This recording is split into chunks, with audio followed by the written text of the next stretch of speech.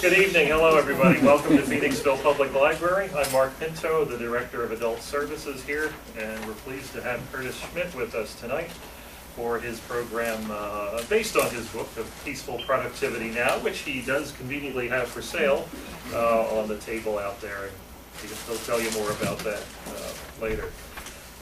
And be sure also to pick up a handout of our Speakers and Events series. We have a lot going on here at the library these days, including tomorrow night. We have something a little different than tonight. We have a paranormal investigator here talking about his investigation of the Lizzie Borden house in Fall River, Massachusetts. Should be a pretty interesting program. Anyway, our guest tonight, Curtis Schmitt, specializes in helping busy people create greater productivity and more peace in their lives. He's the author of Peaceful Productivity Now, the busy person's guide to getting things done and loving life. For the past 8 years, he's coached entrepreneurs, business owners, writers, filmmakers, and other busy professionals to achieve goals in all areas of their life. Tonight's talk is called The Power of Choice. Increase your productivity, decrease your stress, and enjoy the present moment. Please welcome Curtis Schmitt.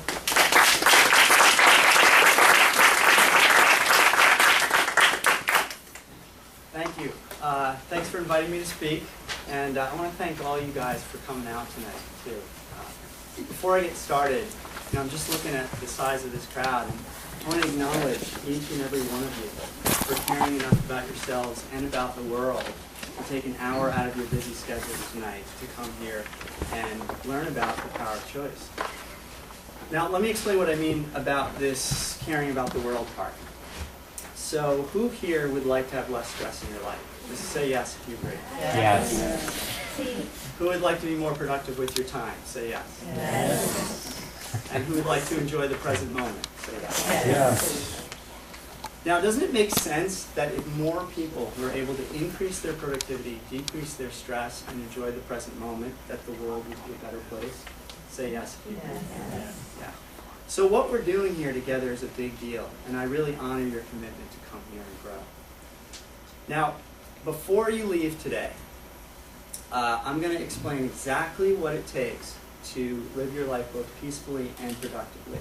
Specifically, how to increase your productivity, decrease your stress, and enjoy the present moment. So let me outline for you what it is I'm going to cover today. So the first thing I'm going to do is I'm going to explain how so-called time management is ruining your life and why you want to focus on peaceful productivity now instead. The second thing is I'll give you a very short history lesson, unofficial history lesson, on where time management came from and why it doesn't work. I'll also explain how choice is the source of your personal power. And by focusing on making more powerful choices, you can have more than enough time to do everything that's important. Number 4, I will explain how to make choices more powerful and effective. There's actually 2 things that I'm going to suggest that you do. And then number 5, for people who really connect with this and want to go deeper, I'm going to explain to you what you can do next. So in this time together, I'm going to give you the best that I can from my 8 years coaching experience. But an hour isn't really a long time, so I'll also offer some next steps for those of you who want to take this training and have it make an actual difference in your life. So some of you know me, and for those who don't, I want to explain how this kid came to be standing here talking to you about the power of choice and peaceful productivity now. Now, the reason why I chose this picture is because at first glance it just seems like a normal picture of a normal kid. But the more you look at it, the more you can see a sadness there, which was a pretty good description of what my life looked like for a long time.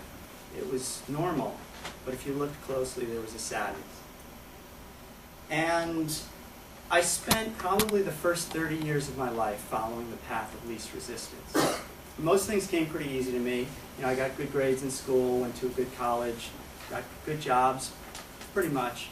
Had good friends. But I never really chose what I wanted. I chose things that seemed to require the least amount of effort. Now, where did this path of least resistance lead me? Contentment and happiness, maybe? No. On the verge of turning 30, I found myself in an almost suicidal depression. I felt disconnected, purposeless, like there was no meaning to life. I hated my job, I hated where I lived, I had almost no social life. But worst of all, I couldn't see any future for myself.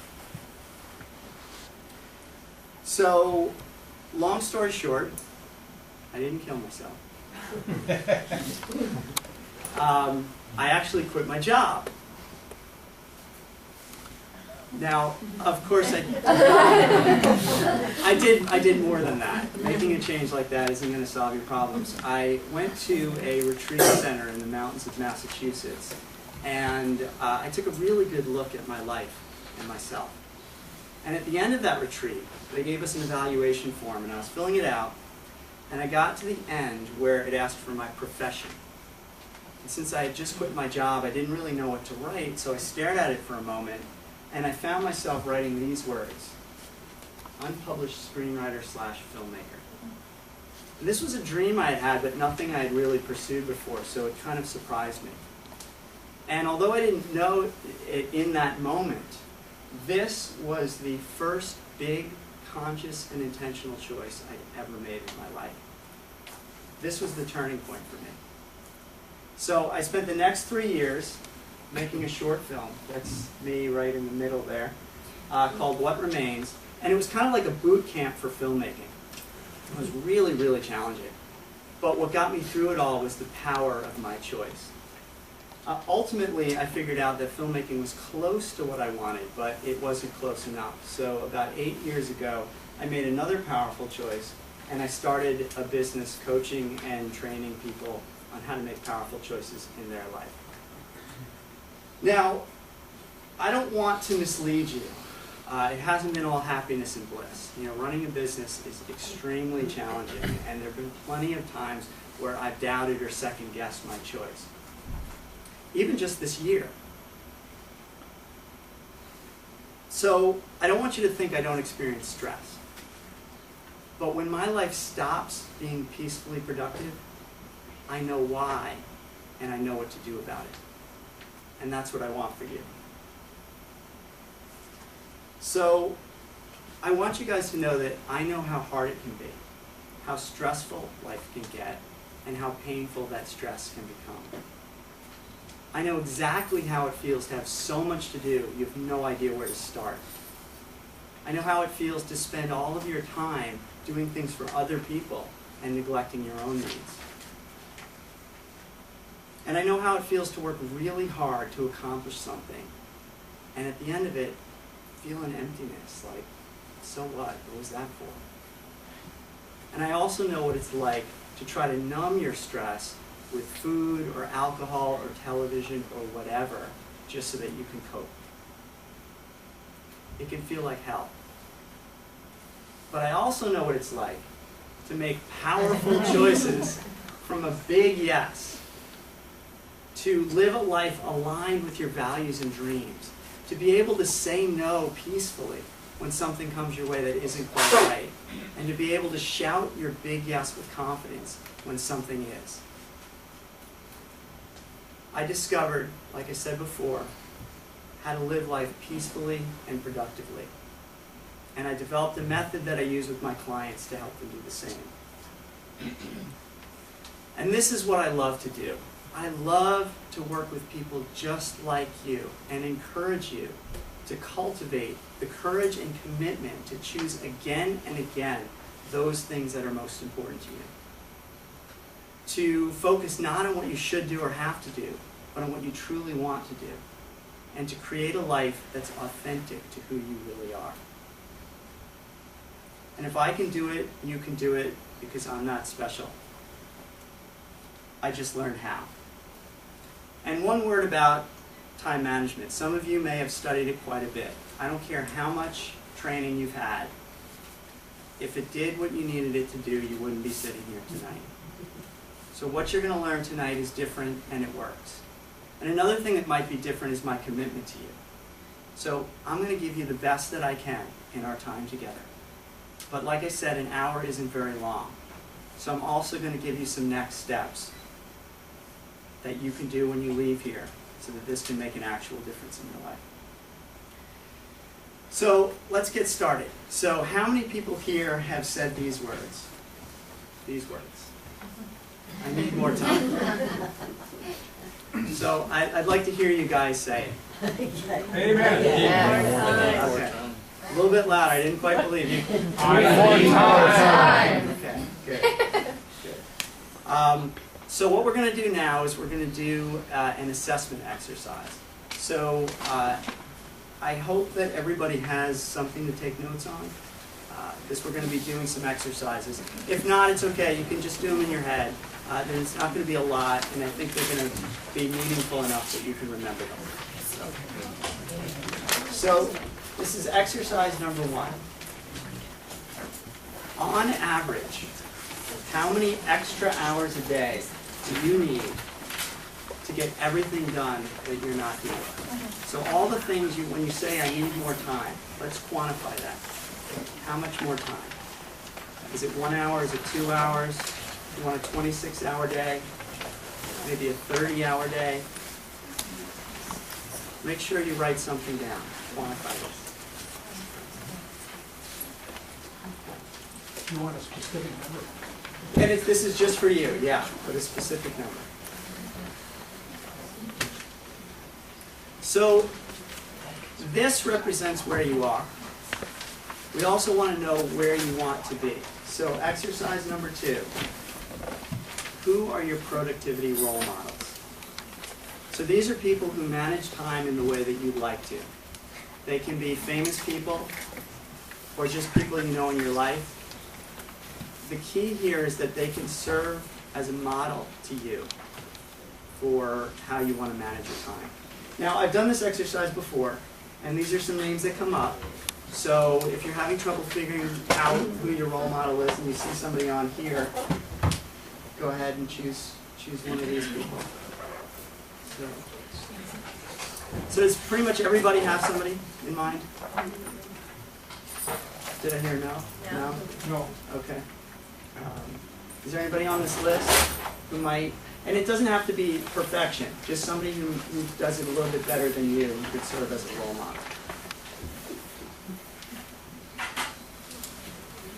Problem is they're all people, Yeah, how do you they're all know? people we don't know. I mean, how do you know what people's, if there's no one that I think is Right. that great, but, and half these people probably have assistants, personal assistants, so, I mean, really. How much are their staff?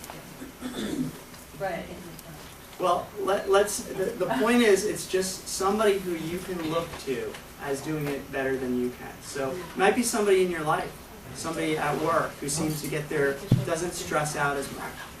Just keep in mind the 3 things we're talking about. We're talking about increasing your productivity, decreasing your stress, and enjoying the present moment more.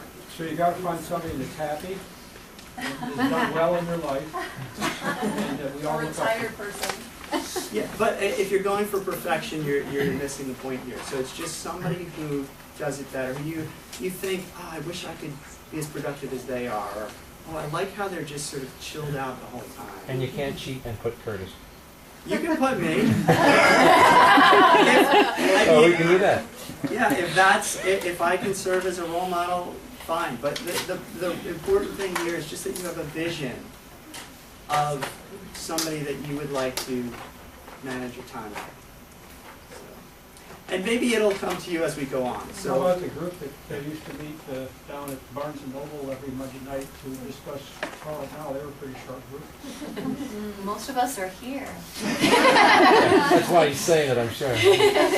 well, Like this whole let's move on a little bit because, like I said, you may come up with somebody along the way. So just keep in mind there that you're just looking, and maybe it's not a person. Maybe you have a vision of yourself. So that could be a way to answer this question. So it seems like at some point in time and in some way, everybody here has said the words, I need more time. Is that right? Okay. So now, how about these words? Who here has said these words? Go ahead and raise your hand. I just said it tonight. Okay. Now, people who are raising their hand, keep your hands up if you've never heard of me before tonight. Well, no, that's only for people who've said these words. Okay. So that's the problem. Most people are focused on getting more time and not on what they really want, peaceful productivity now. So why is this a problem? Why am I suggesting that you focus on peaceful productivity now instead of time management? Because peaceful productivity now is a more accurate description of what you actually want. I mean, does anybody here really care about the managing of time? Like, is there something so intrinsically interesting about the mechanics of managing time that justify all the books and seminars and articles and stuff devoted to the subject? Or is it just a strategy that we hope will give us what we really want, which is increased productivity, less stress, and more enjoyment of the present moment? So this is extremely important. The reason why I'm spending so much time on this is because until you know what you actually want and you focus on it, you can't achieve it. So let me break down those three words: peaceful, productivity, and now.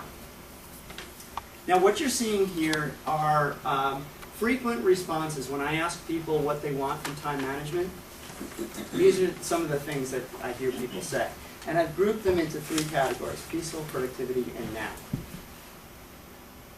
So what I want to do is I want to ask you very directly, what do you mean when you say you want to manage your time better? So in other words, what do you really want that you think better time management will give you? And I'd like to ask people to just sort of call things out. If it's on the list, go ahead and call it out. But what do you want when you say you want to manage your time better? What do you actually want? To keep on task. Focus on one thing and get it done, even Okay. maybe what you don't want to do, but Okay. So Should be doing. focus, getting things done, it's staying on Okay. task. staying on task. Should be the- Okay. All right, focus, good. Good. Getting the stuff done that I have to do so that I can do the things that I want to do. Okay. Okay, so getting to the things that you want to do. Okay, good. Good. Anything else? One more person? Better definition of what I have to do. Okay, so clarity about what your priorities are. Okay, good, good, good. So, let's see here.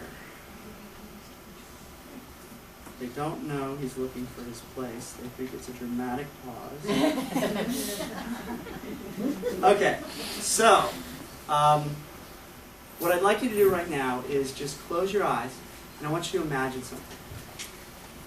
I want you to imagine what your life would be like if you felt a deep sense of equanimity, if your emotions were balanced, you felt contentment with who you are, you accepted yourself, you loved yourself, your self-confidence was high, you had high self-esteem, your relationships were stronger and closer. Imagine what your life would be like if you were consistently making progress on the things that were most important to you, and you were feeling satisfaction with your efforts. You were achieving your goals, and you were enjoying what you do. And imagine what your life would be like if you were appreciating what you have. You were recognizing the gifts that surround you every day, smiling more, and truly seeing the beauty in the people that you love. So open your eyes. Now that would be amazing, right? I mean, life would feel like that. And that's what you want. That's what you want right there. So reason number one to focus on peaceful productivity now and not time management is that it's a more accurate description of what you actually want. So it's not just that this new focus helps you. Focusing on time management actually hurts you. Did you want to take that off?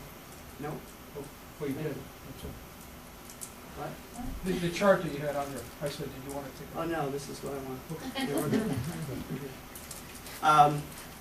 The promise of time management, I'm explaining why focusing on time management actually hurts you. The promise of time management is that you can do everything if you just schedule it and arrange it all perfectly. You don't have to choose. But let me explain what happens when you don't learn how to make powerful choices. So tell me if any of this feels familiar. So you feel like you're falling behind. You maybe have weak boundaries. So people take advantage of you because you are not comfortable saying no. You're overwhelmed because you want to do everything and you want to do it all perfectly. Maybe you have difficulty completing things. So if you look around your life and you see a lot of unfinished projects, that's you right there. Maybe you're stressed so much that you tend to argue or fight in your relationships, or you procrastinate, or you think things like, I'll be happy when this happens, or if only that were different, I could be happy. Maybe your tendency is to focus on what's negative, or you struggle with things like anxiety, depression, and anger issues. So who here can relate to at least one or two of these? How about all? This is no kind of life. It's depressing. So the point I'm making here is what's at stake. You know, we're talking about your life. We're talking about your peace of mind. We're talking about your happiness. And the promise of time management is that you can be peaceful and happy once you get everything done. It's treating peace as the result of productivity. The problem is we're never done. Well, there's one time we're done. Now, can people read what it says at the bottom there? Finally, peace! Now, this is where time management leads you. And I'm assuming that you came here tonight because this isn't exactly what you were taught. So, let's see. So what you want to do is you want to make sure that peace is a part of the process and not a result of the process. And the key to doing that is learning how to make powerful choices. So before I talk about how to make powerful choices, and I will get there, I promise, I'd like to answer this question. So given all of the negative consequences that I've described, why is it that we continue to focus on time management? And where did time management come from in the first place?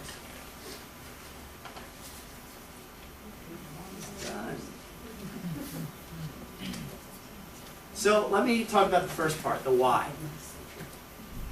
We blame time because we don't want to take responsibility for making choices. When you truly embrace the power of choice, you're saying, my life is the way it is because of the choices that I make. And that's not something a lot of people are comfortable believing. So let me give you an example. People who have way too much stuff. Now, I tend to talk to quite a few people who have this issue, and let me tell you that none of them want to have too much stuff. They'd all love to have a simpler life. So why don't they just get rid of some of it? I'll tell you what I hear. I hear things like, I just don't have the time to go through it all. I don't have the time to figure out what I want to donate, and what I want to sell on eBay, and organize it, and, you know, buy all the sorting things that I buy from wherever I buy them. They blame time. They're not willing to take responsibility for choosing what to keep and what to get rid of. But set their house on fire, and you're going to see some powerful choice making. So, who here is a Spider-Man fan? Anybody a Spider-Man fan? Okay. What is the famous moral lesson from the Spider-Man story? Somebody want to tell me? Great power comes great responsibility.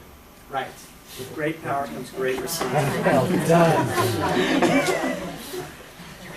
My job is to take a stand for your inner power, to encourage you to take responsibility for your power of choice. and to enroll you in this vision of peaceful productivity now.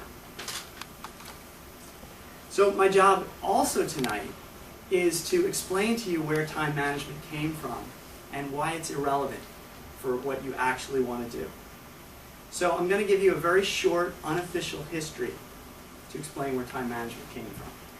So back in 1776, something happened that had a profound effect on all of your lives. Now I know you know the answer, and you're absolutely right. Adam Smith published his economic treatise, The Wealth of Nations. Did something else happen that year? Now, in this book, Adam Smith defined productive labor as any work that fixes and realizes itself in some particular subject or vendible commodity. It's a mouthful. Basically what he was saying was, an action, something that you do, is productive if it contributes tangible value to something. So let me give you a quick example. Let's say I take lumber and I make a table out of it. I've increased the value of that wood, so my labor has been productive by this definition. And anything else I do that doesn't actually contribute tangible value to something is not productive by that definition. Now, this is useful when you're evaluating the economies, like, world economies and the efficiency of factories and things like that. And the work that he did was a contribution to the science of economics. Something happened, though, and it got generalized. A definition of productivity that made sense in a very specific context got generalized and became how we saw the whole world. So I want to get a little geeky for a second and explain how this relates to time. So any process of contributing tangible value takes place over some duration of time. So that led to this equation. Productivity equals value over time. Now, an interesting strategy came out of this equation. You'll notice if you make time smaller, so if you decrease time, make t smaller, productivity will increase. So going back to my example of making a table, if I can figure out a way to make a table in half the time that it normally takes me, I've doubled my productivity. So it seems that productivity can be increased by decreasing time. And so, time management was born. Now, there's a thought error in that process that I described. Time is not a variable. A variable is something you can change. You can't change time. In the example of making tables, yes, I chose a different process for making tables that took less clock time, but time itself didn't change. What changed was my choice. So what I want to suggest is that we retire this 236-year-old paradigm. We get rid of it. Now, I made the same point about the power of choice 5 minutes ago. Why did I give you the history lesson? I gave you the history lesson because without it, you wouldn't be ready to hear this. You have more than enough time to do everything that's important. You have more than enough time to do everything that's important. And I want to prove it to you. And this is only going to work for some of you because some of you had trouble with those exercises. So take a look at exercise number 1, the extra hours that you need each day. Now take a look at your answer to exercise number 2, the productivity role models. Now presumably this is a person who is able to get all the important things done. So how many hours a day does that person have? 24 hours a day. I want you to read this quote and just let it sink in for a second.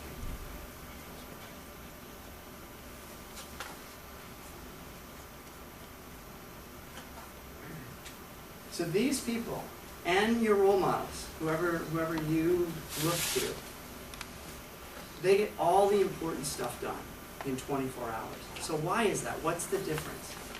What are they doing that we're not doing? They have embraced the power of choice. They don't blame time. So I want to tell you one more story, real quick, to just put the final nail in this coffin of time management. So a man goes out for a walk one night, and he sees a teenager on the sidewalk up ahead. He's under a bright street lamp. He's searching on the ground for something. So the man goes over and asks him, well, what's going on? What are you looking for? The teenager says, I lost my car keys. So the man decides to help. He gets down on his hands and knees, and he's looking. And pretty quickly, it's not a big area, he realizes the keys aren't there. So he asks the teenager the thing that all of us would ask him, you sure you dropped your keys here? And the teenager says, actually, no, I think I dropped them in that dark field over there. So the man's like, why are you looking here? Why aren't you looking over there? And the teenager says in that tone of voice teenagers get when they think you're stupid, they know everything, because the light's better over here, duh. So whenever you focus on time management, you're like that ignorant teenager who's looking for his keys where the light is better instead of where they actually are. So are you guys ready to stop looking where the light is better? Say yes. Okay. You ready to give up on time management once and for all? Say yes. Yes. Good. And you're ready to learn how to make more powerful choices? Say yes. Yes. Okay, good. So, I said earlier that choice was the source of your personal power. So what makes a choice powerful? There's two things. When a choice is conscious and when it's intentional. And there's a lot I can say about both of those. I wrote a whole book on the subject, right around the corner there. But I'm going to try to be quick and make it as simple as I can for tonight. So, a choice is conscious when you are aware that you're making it. That may sound obvious, but think about all the things that you do that are unconscious, all the choices you make in your life that are unconscious. Some examples. You come home and your spouse or boyfriend or girlfriend says something that makes you angry. You get really angry. Are you consciously choosing to feel that emotion? No. It's a reaction. You're driving in traffic, somebody cuts you off, you start tailgating. Are you consciously choosing to put your life at risk? No. Or maybe you come home from a hard day at work and you have a couple beers or a couple glasses of wine to relax. Are you consciously choosing to condition yourself to only be able to relax after having alcohol? No. All of these are weak choices because they're unconscious reactions. So let's talk about intentional. What does it mean for a choice to be intentional? A choice is intentional when you understand why you're making it and you're enrolled in that why. So it's not enough just to understand the why. You need to buy into that why. That's what makes an intentional choice. Now we all know why we get up for work every morning, but who here has ever felt like they have to go to work? And who's resented having to go to work? Okay. So we do make, I don't want to call them unintentional, we make weakly intentional choices. These are weak choices because we become disconnected from why we want to make them in the first place. And anytime you say have to or should, that's another good one, that's a clear sign that your choice is weak on intention. By contrast, we all know what powerful choices feel like. They feel right. There's a peace there. Even if it's a little bit outside of our comfort zone, if we're scared, that powerful choice, we feel that like, I'm making this choice. It's clear, it's strong, it's powerful. So I want to give you some real world examples of powerful choices. And we're actually running a little long, so I'm going to just actually give you one example. So I have a client who, which example? Yeah, I'll give you the big one. Okay. So I have a client who very recently, he put his business on hold for 5 weeks so that he could go be with his dying father. So actually stopped doing business for 5 whole weeks so he could be with his dying father. Now, he didn't resent this. Oh, why did this have to happen to me? He made this choice consciously and intentionally. So consciously, he knew it was his choice. He knew he could put his business on hold and go with his father or not.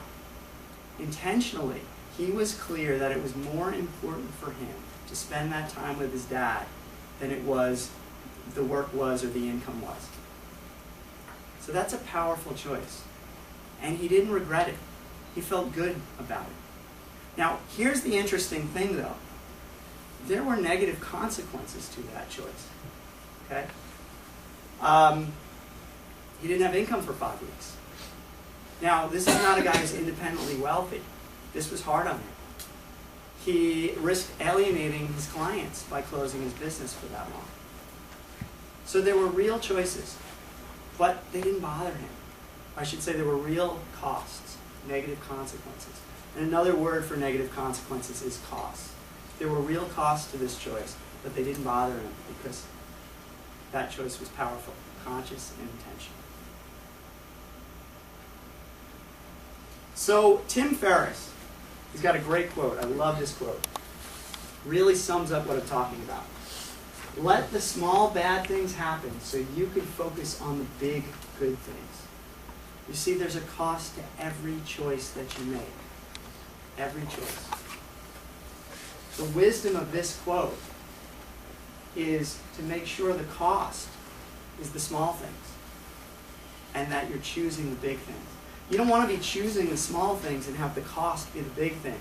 Those are the things we regret. Those are the things when we're old and we're on our deathbed and we think, I never did this. So here's another quote that's more direct. Things which matter most must never be at the mercy of things which matter least. So let's take all of this theory and let's apply it to a common problem. This is something, again, that I hear about pretty often, and I'm guessing that some of you here will relate to this as well. Spending way too much time on email, being consumed by email. So this is a problem because it gets stressful. You know, we have these other things that are important to us that we want to be doing, and email is over here just calling for all of our time and energy. So I'm going to explain exactly how to empty your email inbox. And if anybody here has this problem fairly consistently, this may change your life. So there are 5 steps. First thing is I want you to take an hour. So set aside an hour. Close your door, turn off your phone, whatever you have to do. Dedicate an hour to this. And go through your email inbox and focus in on those top priority, most important emails. So the attitude you want here is that your email inbox is on fire and you're saving the most important stuff. Number 2, you want to start with the newest emails and work your way down through the oldest. So start with newest first. Number 3, send very short replies. It should take you less than 30 seconds to send the reply. Send only the information that's specifically asked for. And if an email doesn't ask for any information from you, you don't need to reply to that email. Number 4, if it takes longer than 30 seconds to reply to that email, schedule it as a task in your planner. It actually becomes an action in your planner. If it's that important to reply to, it's important enough to put on your schedule. And then the 5th step, this is the radical one. When that hour is up, take all the emails that are left and archive them.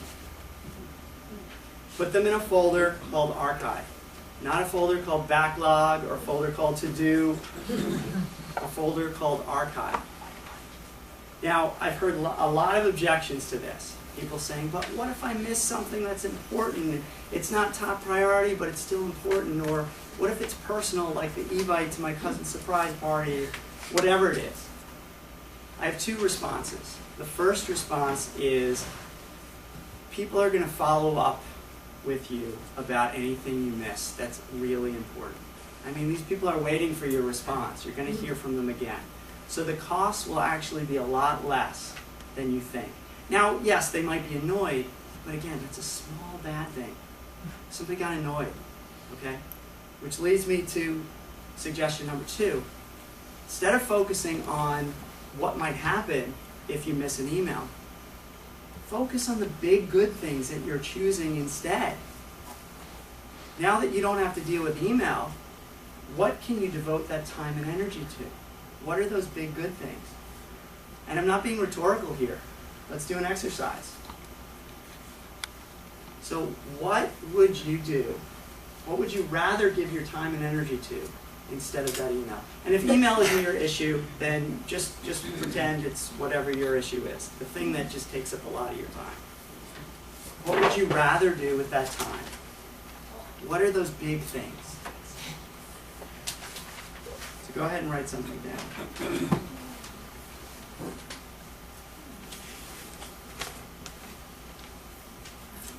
And I'd like to ask for some examples. Anybody who wants to share? Yes. Spend quality time with my nephews, reading, playing, and just having them sit in my lap. Great. Quality time. Good. Good. Anything else? Eat dinner. Sustenance. Take care of that body. Stop ticking off my wife by being there when she wants me upstairs to do something or come to dinner or whatever. Okay, so your relationship will get stronger. Good, focusing on that. Good, good. Exercise. Exercise. Good, good. These are all great things. Reread Peaceful Productivity Now. He's a plant. Job applications. Good job applications. There you go. There you go. Good, good, good. So I want you to consider the importance of those answers, how important those answers are to you. And I want you to consider what it feels like if you're focused on the small things, if you're focused on email, and the cost is these things, what that feels like. See, there's always a cost. I want you to take that away from tonight's talk. There's always a cost to your choices. So really the key here is making those costs the small things so that you can choose the big things. Now, maybe a cluttered inbox isn't your problem. Maybe it's a cluttered schedule. Maybe you just have so much going on, it makes you crazy and you can't relax. Or maybe it's a cluttered mind. Who can relate to this? I hear knowing laughter. Knowing laughter. Very good. Okay. God made our brains. It says, think this is bad, you should see the inside of my head. So it's the small things that clutter up your mind, that clutter up your inbox, that clutter up your schedule, that clutter up your life. So try not to get bogged down in the small things and make powerful choices to focus on the big, good things. Okay, so what I want to do right now is I want to give you guys a tool. This is something that you can start using tonight to make more powerful choices. And it will work no matter what your source of stress or overwhelm is. So if it's personal or business or whatever, this tool is going to work for you. Now, who here has used GPS for directions? Pretty much everybody, right? We all know. And if you haven't, you kind of know the principle. You tell it where you want to go, and it tells you how to get there. Okay. So GPS is actually a really good metaphor for making conscious and intentional choices. Because you tell it where you want to go, it's conscious of all of the options, all of the roads, the possible ways to get there. And it intentionally chooses the one that it believes will get you there the quickest. Now, we may not always agree, but I think we can agree that it has a reason for its choice. There is an intention there. So what I want to do is I want to give you your own GPS for powerful choices. So this is something that will help you make powerful choices in your life. 4 questions you want to answer. What are you committed to? Another way to ask this question is, what's most important to you? Why? And here you want to dig deep. Why is this important to you? What do you need to say yes to more often? And what do you need to say no to more often? So, I'm not going to talk about the why tonight. I've found that can be done much more efficiently in one-on-one conversations. It's what I do with my clients. It's what I do in my strategy sessions and consultations. Also, I discuss it in my book quite a bit. So if you're interested, you can read the book as well. But what I do want to do is I want to get you started on the first one. So we're going to do a new exercise. What are your 3 most important goals in life? The most important things you must do before you die.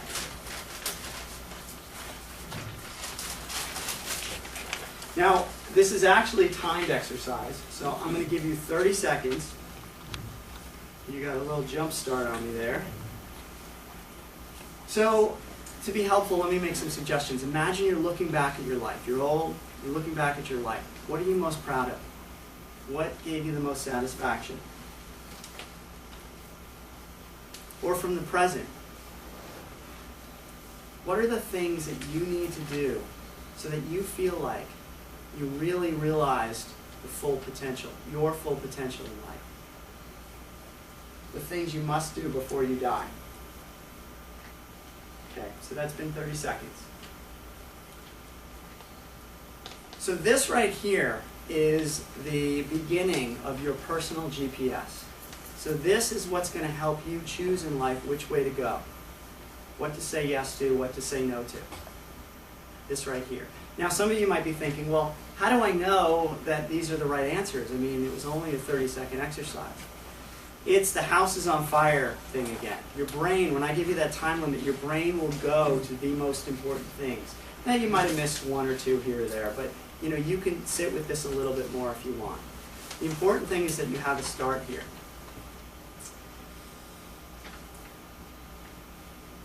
All right, so just take a look at your list, even if it's 1 or 2.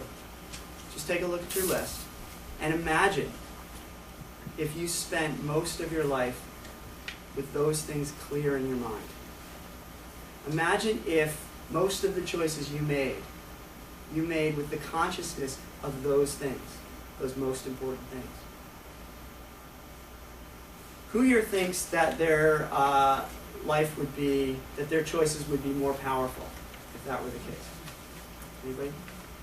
People who don't? Is there anybody who doesn't? Or just people who don't want to raise their hands anymore? I know it's late, and I am wrapping up, so I still have some good stuff for you, but I'll get through it as quickly as I can.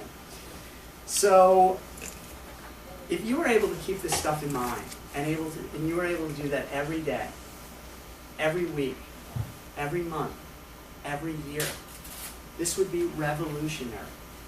This would be life-changing. You might even make it onto this list.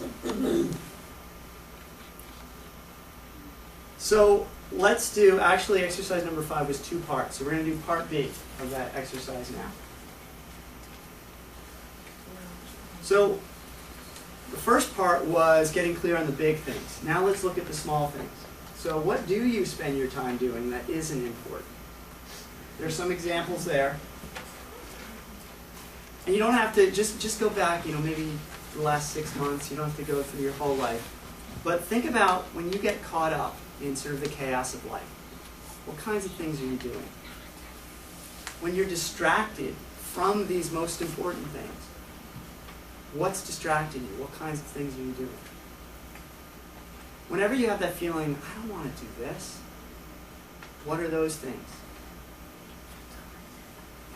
Or the things that you know when you're old, many, many years from now, when you're looking back over your life, you know they won't matter at all. What are those things?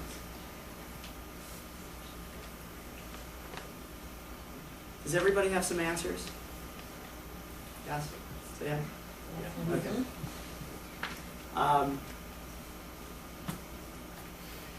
One quick example, I did this with a client, and she was shocked to find out just how much time she spends worrying about the house, how clean the house is.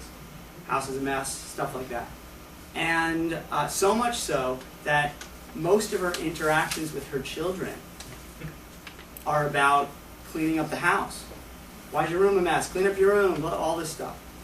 And the reason why this was so shocking to her was one of her most important goals is to help her kids build their self-esteem. And when she's writing them about their rooms being messy, she's doing the complete opposite. So this was a big insight for her, a big light bulb. So is there anybody here who noticed a difference of that kind? Doesn't have to be that magnitude maybe, but noticed the difference between, you know, what those big important things are and what the small things are that take up so much of your time. Is there anybody? Anybody who noticed a particularly big difference? That's kind of like an eye-opener, like, wow. Okay, good. Without sharing the details, do you want to share how it feels? Well, my to notice experience that was when my kids first of all, their rooms, and when I finally got to the stage of just not about cleaning rooms, if I just shut their doors, it was a much more constructive relationship. I just shut their doors, and it didn't matter what their rooms looked like, and it was wonderful. And every now and then, yes, we would clean. You know, their rooms would be clean, but not day in and day out. Just shut the door. I'm having coffee, reading the paper, talking to them. It was great. Or you could be arguing all day. I think that's one big thing people worry about is the house and people with kids just running around with toys. Just shut the door.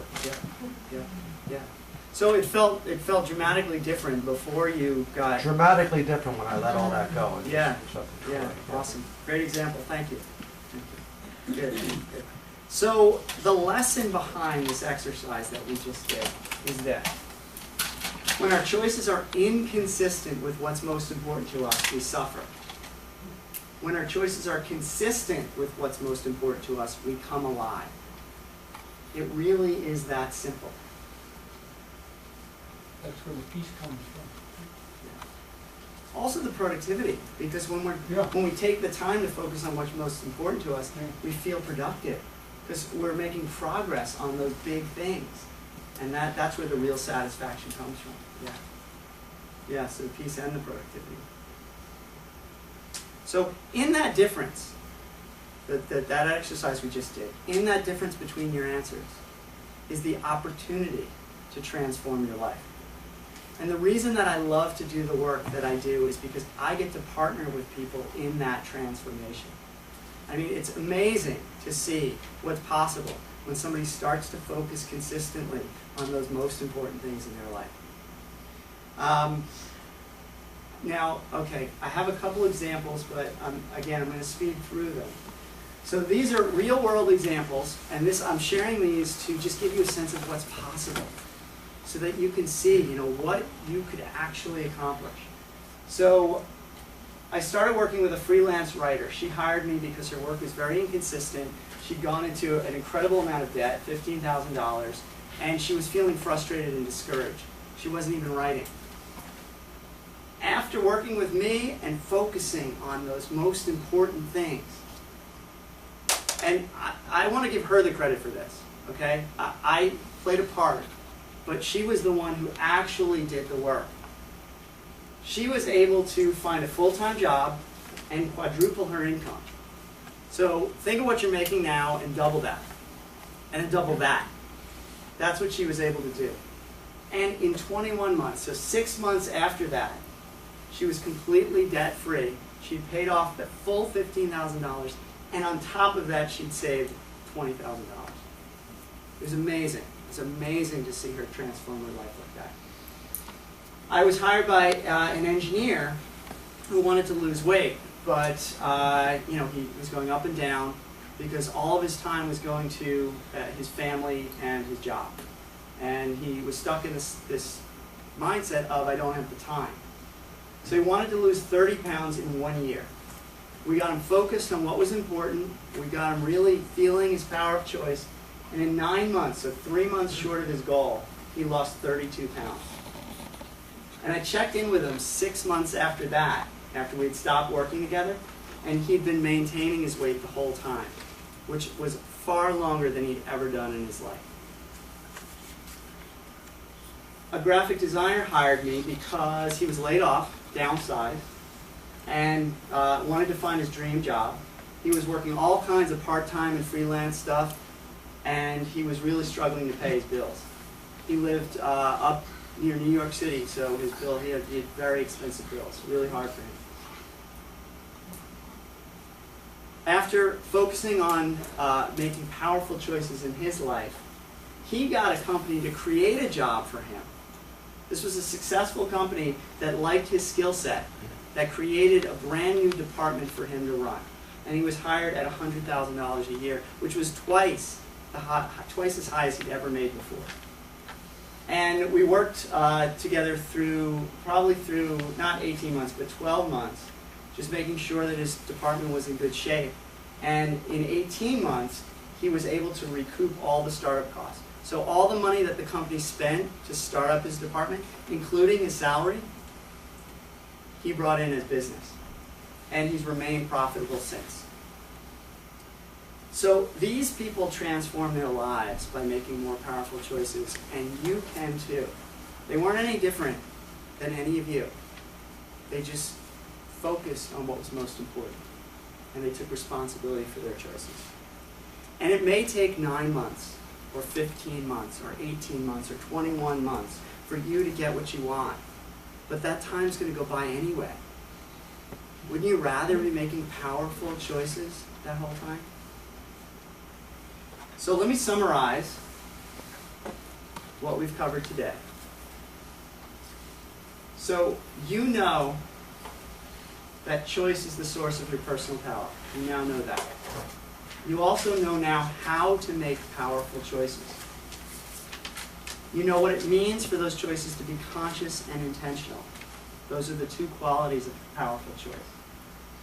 You also know how to create your personal GPS of powerful choices. And you know the 3 most important things in your life. So you know enough right now to create an empowered, happy, and peaceful life. I want to repeat that. You know enough right now to create an empowered, happy, and peaceful life. But, there's a big but.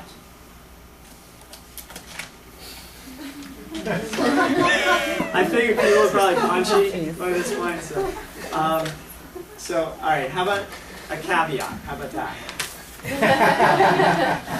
That's probably not any better. How about this? Beware. Beware. So, do you remember my commitment to you guys? My commitment was to make an actual difference in your life, not to just fill your head with more knowledge. Like I said, you know enough.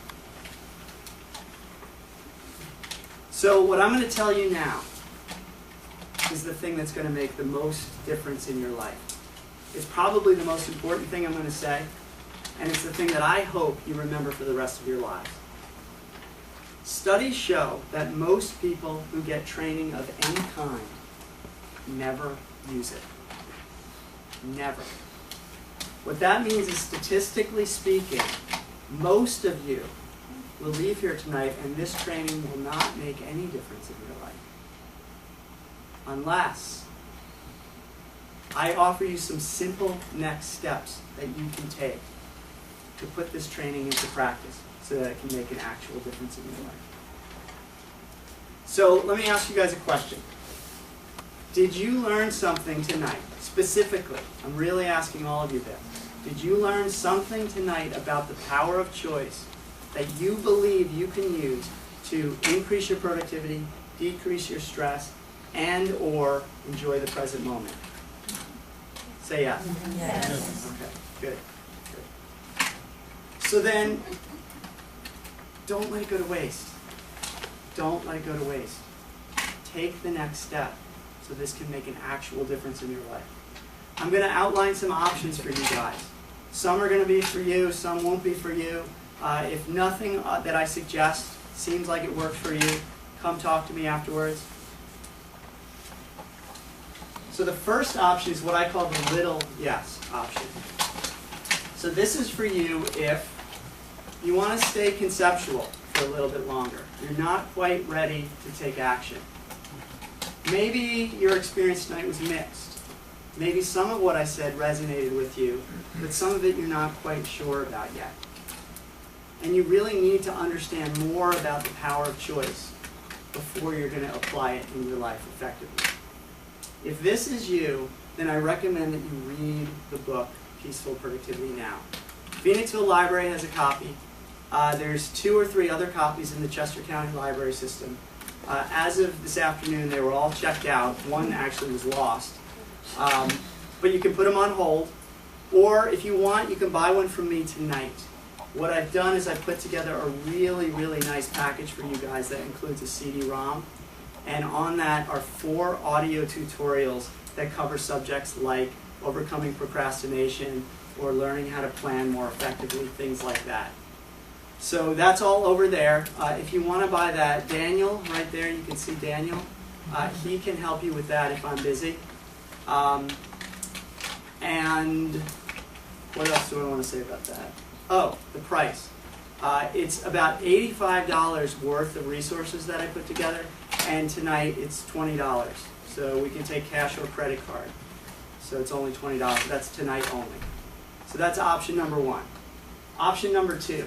This is the big yes option. So this is for you if you really liked this training that I did here tonight, and you're ready to take action to put it into practice.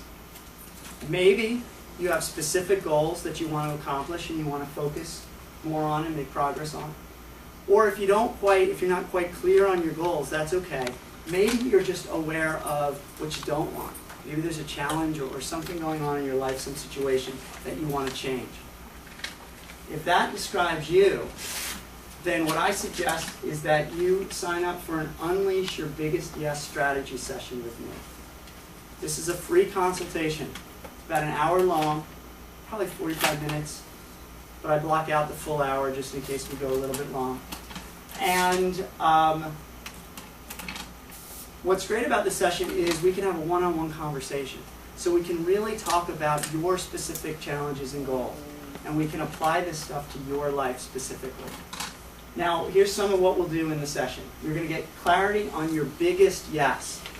So we're going to fine-tune your GPS so that you know which direction you want to go in. You'll also get clarity on your big why. Your big why is your source of motivation, the thing that really is going to make you overcome the obstacles that you encounter. Like I said, we'll apply what you learned tonight to your specific goals and challenges. You'll discover the number one thing that's stopping you from being more conscious and intentional with your choices, and what that's costing you, which is it's really important to be clear. What is it costing you to be unconscious in your choice making? And finally, I'll outline a very clear path for you from where you are now to where you want to be. So you're going to leave the session excited and very clear on what your next steps are. So like I said, this session is, it's a free session. You consider it a consultation. And let me tell you, option number 3. Option number 3 is what I call the total yes. So it's choosing to read the book and to do the consultation. Now, this is for you if you absolutely loved what you heard here tonight. You know, if you're thinking, all right, I'm ready, enough is enough, I want to focus in on those most important things and stop wasting my time with the small stuff, then that's for you.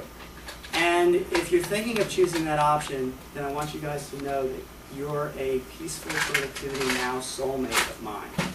And I will absolutely love working with you, so if that's where you're at. So, let me tell you actually one more thing. This is really important. I want to tell you what the consultation is not. It's not a sales pitch. Honestly, if you're interested in working with a coach, but for whatever reason, you might know this now or you might know it at the end of our session, that you don't want to work with me, I won't take that personally. And in fact, I can point you to other coaches that I know that are good that might be a better fit for you. So this is really about you getting clear on how to make more powerful choices in your life and where to go next. Okay, so that's what the session is. It's a no pressure, very relaxed, fun session where we focus on you. All right.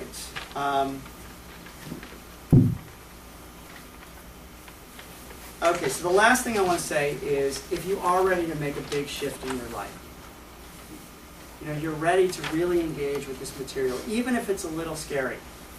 And let me just say here that a little fear is actually good because it means you're on the verge of a big breakthrough. So if you do feel that now is right, that you found your way to this training at this point in time because you're ready, then I want to encourage you to take the next step, to really say a big yes. Because this is who you are. Peaceful productivity now is who you are, and the power of choice lives inside of you. So I'm going to take questions. I know we went a little long. People want to ask me questions. What I want to do also is I want to just pass this around. Is everybody, you all have pencils? This is a sign-up sheet for a consultation with me. You'll also notice in there are the next 3 weeks of my calendar with openings. So if you actually want to schedule something with me, you can do that. But just please pass that around. Anybody who wants to sign up can. And I will take questions from you now. So any questions?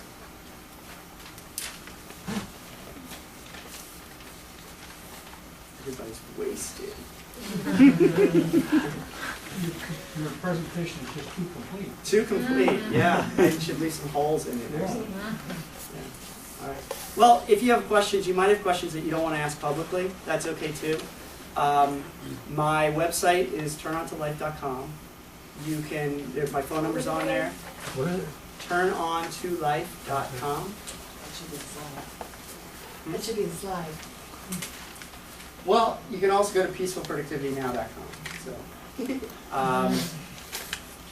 but yeah, please contact me. And please sign up for a strategy session too. Even if you're not sure, if you're like on the fence, well, I might want it, I might not want it, it's a way for me to get in touch with you. I can answer your questions about it. And I can also, at that time, answer any questions about the training that I did tonight that you might not want to ask in front of a room full of people. So just go ahead and put your name on that. You can even put, if you want, not sure about the session, but that way I have your phone number, I can contact you. You have contact information in the book too, right? Yes, yes. It's also in the book. Yeah, good, good. Well, I'm also happy to take questions if people want to come up to me and ask me something too. Again, it can be more private. So that's it. So go out there, make some powerful choices.